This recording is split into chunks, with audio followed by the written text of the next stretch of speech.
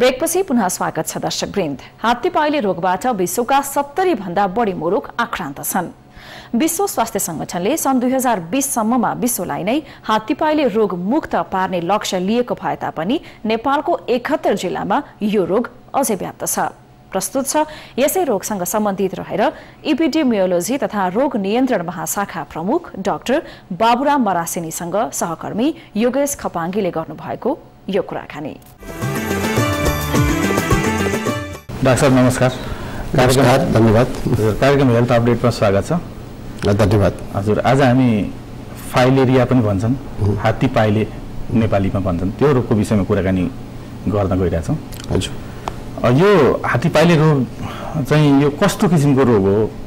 यसको मतलब यो कसरी लाग्दछ? अङ्ग्रेजीमा यसलाई चाहिँ लिम्फेटिक फाइलेरियासिस भन्छ।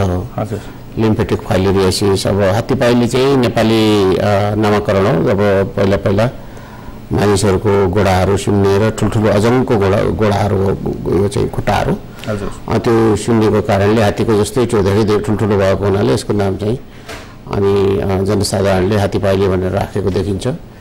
अब यो अत्यन्त पुरानो रोग रहेछ नेपालको। यो सुश्रुत संहितामा पनि लेखिएको छ भनेर आयुर्वेदका साथीहरूले बताउनु हो। भन्दा मतलब यो सुश्रुत संहिता चाहिँ नेपालमा लेखिएको, नेपाली विद्वानहरूले लेखेका हुन्, आयुर्वेदका यो चाहिँ ज्ञाताहरूले भनेर चाहिँ विश्वास गरिन्छ भने यो करिब 2500 वर्ष अगाडि लेखिएको भन्नाले यो 2500 वर्ष अगाडिदेखि नै यो रोग नेपालमा रहेछ। यो लामखुट्टेले सार्छ एक प्रकारको। यो क्युलेक्स लामखुट्टेबाट यो चाहिँ मानिसमा सर्ने हो। अब लामखुट्टेले कुनै रोगी मान्छेलाई टोक्यो, त्यहाँबाट त्यसको लार्भा चाहिँ अनि उसमा लामखुट्टेमा जाने, त्यसबाट लार्भा अथवा त्यसको चाहिँ एडल्ट चाहिँ अनि उसमा चाहिँ जाने किरा अथवा यो जुका, रगतको जुका हो।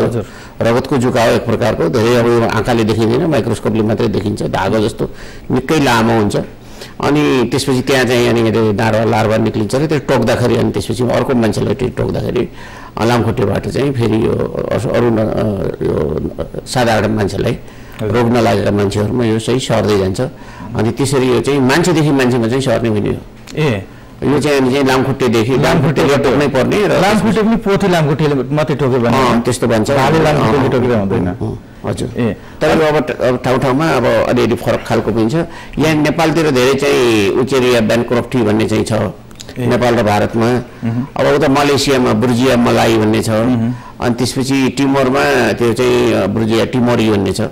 त्यो ठाउँ ठाउँ अनुसारको यसको जात पनि फरक छ यो उसको फाइलेरियाको प्यारासाइटको परजीवीको।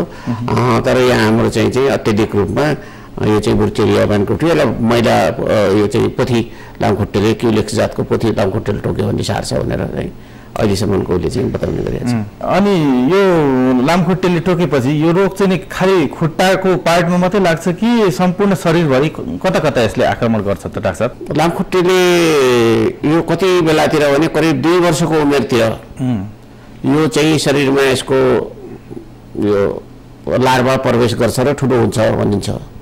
अनि वयस्क परजीवी हुन्छ। अनि त्यसपछि यसले चाहिँ विभिन्न अङ्गहरूमा खास गरी यो रगतको नलीहरू भयो, लिम्फ च्यानल भन्ने हुन्छ। अब यो शरीरमा हाम्रा 4 किसिमको नर्भ हुन्छ। एउटा नसा नै हुन्छ जो झन्झन गराउने, अर्को एउटा चाहिँ रगत ल्याउने यो शरीरको बुटुबाट शरीरका विभिन्न भागमा लैजाने रगतका नलीहरू हुन्छ। फेरि विभिन्न भागबाट रगत मुटुतिर फैलाउने लैजाने चाहिँ अर्को नली हुन्छ, भेन भनिन्छ। त्यस्तै किसिमको त्यो बाहेक मासुबाट निस्किने एक प्रकारको पानीलाई लाने चाहिँ लिम्फेटिक च्यानल हुन्छ। त्यो लिम्फेटिक च्यानलहरूमा बसेर यसले चाहिँ अनि त्यहाँ चाहिँ त्यसलाई चाहिँ बिस्तारै त्यसको अवरोध सिर्जना गर्न थाल्छ। त्यहाँ एक प्रकारको इन्फेक्सन गरिदिन्छ। इन्फेक्सन गरिदिएपछि ती साँगुरिने, बाङ्गा टिङ्गा हुने अनि चाहिँ सुक्दै जाने भएपछि अनि त्यसपछि गोडाहरू सुन्निने, अरू अङ्गहरू सुन्निने हो। यसको खासै लक्षण सुरुमा मानिसलाई ज्वरो आउने हुन्छ, लामो समयसम्म ज्वरो आउने, कसैलाई चाहिँ अनि खोकी लाग्ने, लामो समयसम्म खोकी लाग्ने, महिनौँ दिनसम्म खोकी लागेकोलाई हुने, सुक्खा खोकी लाग्ने। अनि त्यस्तै किसिमले खास त यही दुई किसिमको खोकी लाग्ने र ज्वरो आउने 2 किसिमको लक्षण देखिन्छ सुरुमा। अनि पछि बिस्तारै अलिकति यो पिसाबबाट सेतो पिसाब आउने, अनि 81 मानिसहरूको गोडा सुन्ने, पुरुषहरूको जनेन्द्रिय सुन्निने, त्यसलाई हाइड्रोसिल भन्छ। महिलाहरूको पनि जनेन्द्रिय सुन्निने हुन्छ। महिलाहरूको चाहिँ अनि यो चाहिँ यो स्तन एकदमै चाहिँ ठुलो भएर सुन्निँदै जाने हुन्छ। यसरी चाहिँ विभिन्न प्रकारको लक्षणहरू यसले चाहिँ देखाउने गर्छ। हाइड्रोसिल पनि हात्तीपाइले नै हो एक किसिमको। हाइड्रोसिल यसको यहाँ नेपालमा भएको 80% यो हाइड्रोसिल 80% भन्दा बेसी हाइड्रोसिल यो चाहिँ हात्तीपाइलेसँग सम्बन्धित भनिएको छ। अब आजभोलि त त्यो अल्ट्रासाउन्डकोले त्यहाँ चाहिँ अनि चाहिँ यो अल्ट्रासाउन्ड गरेर हेऱ्यो भने अनि पानी पोखरीमा अथवा कुनै बाल्टीमा माछा तैरेको जस्तो घुमिरहेको जस्तो यसरी चाहिँ अनि चाहिँ त्यो लार्भा चाहिँ के अरे त्यो यसको चाहिँ परजीवी त्यहाँ चाहिँ तैरिरहेको देखिन्छ। हात्तीपाइलेको औषधि खाएपछि रिङ्गटा लाग्ने वाक लाग्ने कोही मूर्छै पर्ने हुँदो रहेछ। यो चाहिँ किन कसरी भयो होला? यस्तो यो हात्तीपाइलेको औषधि पहिला यो भारतको यो केरलामा चाहिँ व्यापक रहेछ यो यसको इन्फेक्सन। अनि केरलाको त्यो बेलाको सरकारले के गर्यो भने अहिले सबै जनताले चाहिँ 3 हप्तासम्म यो दिनको 3 चक्की 3 हप्तासम्म यो औषधि खानु नत्र चाहिँ यो चाहिँ यसको शिकार भइन्छ भनेर सबैलाई चाहिँ सुरु गरेर रहेछ। यो आजभन्दा करिब अब झन्डै 35 वर्ष अगाडि 1980 ताका। अनि त्यसले अनि पछि संसारभरिका यो चाहिँ यस सम्बन्धी विशेषज्ञहरू बस्दै गएपछि उनीहरूले के भन्यो भने 3 हप्तासम्म खानु पर्दैन, जम्मा 3 चक्की र यसमा जुकाको औषधि कम्बाइन गरेपछि यसको अलिकति एक्सन यसको कार्यले अलिकति कडा किसिमले काम गर्छ, त्यसलाई मारिदिन्छ। त्यसो भए हामीले यति मात्रै खाए हुन्छ 3 हप्ता खान सकिने पर्दैन भन्ने खालको यो चाहिँ एक प्रकारको यो ज्ञान सन् 2000 भन्दा अगाडि पत्ता लाग्यो। पत्ता लागिसकेपछि अनि त्यहाँबाट यसलाई चाहिँ यो विश्व स्वास्थ्य सङ्गठनले व्यापक रूपमा चाहिँ छलफल गराएर यसलाई चाहिँ यही नै हो, यो सबैभन्दा उत्तम हो, सजिलो हो, सुरक्षित हो, प्रभावकारी हो। यो खाएपछि चाहिँ शरीरमा भएका परजीवीहरू जम्मै मर्छन् र फेरि अनि त्यसपछि लामखुट्टेले अरू मान्छेमा सार्ने सम्भावना घट्दै जान्छ। गाउँमा लामखुट्टे खोजेर सबै मारेर यो चाहिँ निमिट्यान्न पार्न सम्भव छैन भनेर यो औषधि यसको लागि आएको।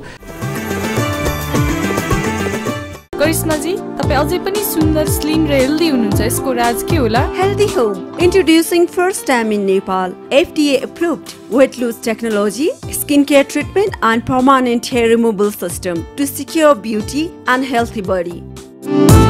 शरीरको सुन्दरता र फिटनेसको लागि एकमात्र नाम हो Healthy Home.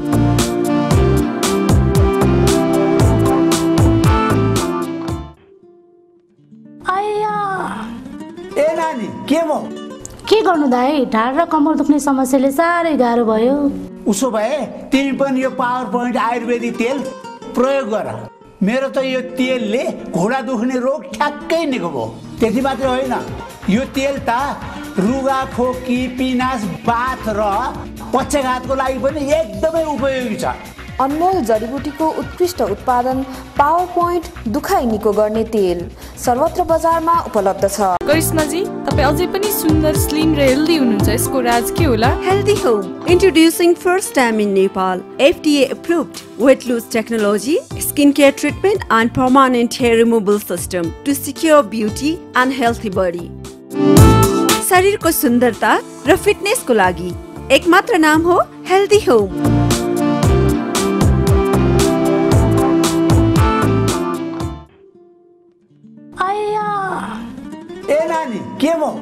के गर्नु दाइ, ढाड र कमर दुख्ने समस्याले साह्रै गाह्रो भयो। उसो भए तिमी पनि यो पावर पोइन्ट आयुर्वेदिक तेल प्रयोग गर। मेरो त यो तेलले घुँडा दुख्ने रोग ठ्याक्कै निको भयो। त्यति मात्रै होइन, यो तेल त रुगा खोकी पिनास बाथ र पक्षघातको लागि पनि एकदमै उपयोगी छ।